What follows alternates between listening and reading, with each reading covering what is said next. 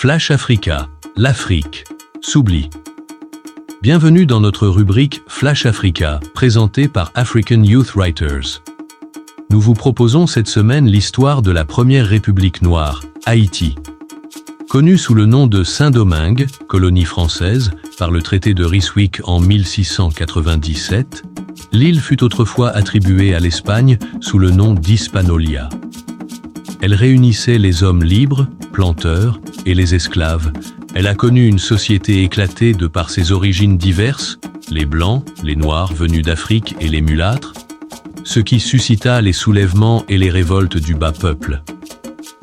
Les esclaves s'unissaient contre les colons, des voix s'élevaient comme Boukman, Toussaint Louverture, Henri Christophe, Jean-Jacques Dessalines, etc.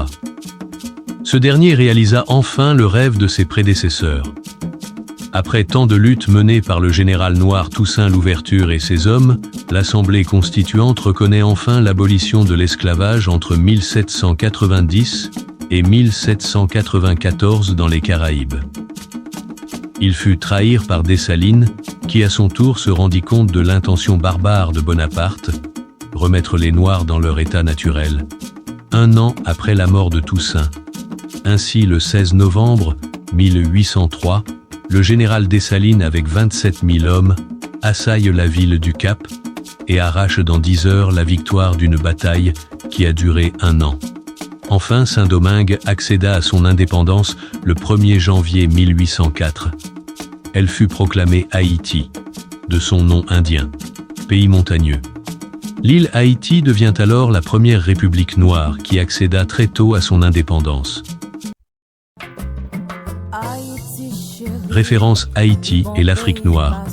De la primauté à la marginalité, du modèle au contre-modèle, André Ntonfo. La première république noire et ses discours à l'épreuve de l'histoire immédiate, dans la fiction haïtienne contemporaine, Jean-Claude Fignolet, Gary Victor, Evelyne Trouillot, Ketli Mars, Yolène Parizeau, Université Rennes 2, Mémoire d'un continent, France RFI. L'indépendance d'Haïti et la lutte des Noirs, Laquais Média, créé avec Wondershare Filmora. Suivez-nous sur notre page Facebook et YouTube pour ne pas rater la deuxième épisode. African Youth Writers.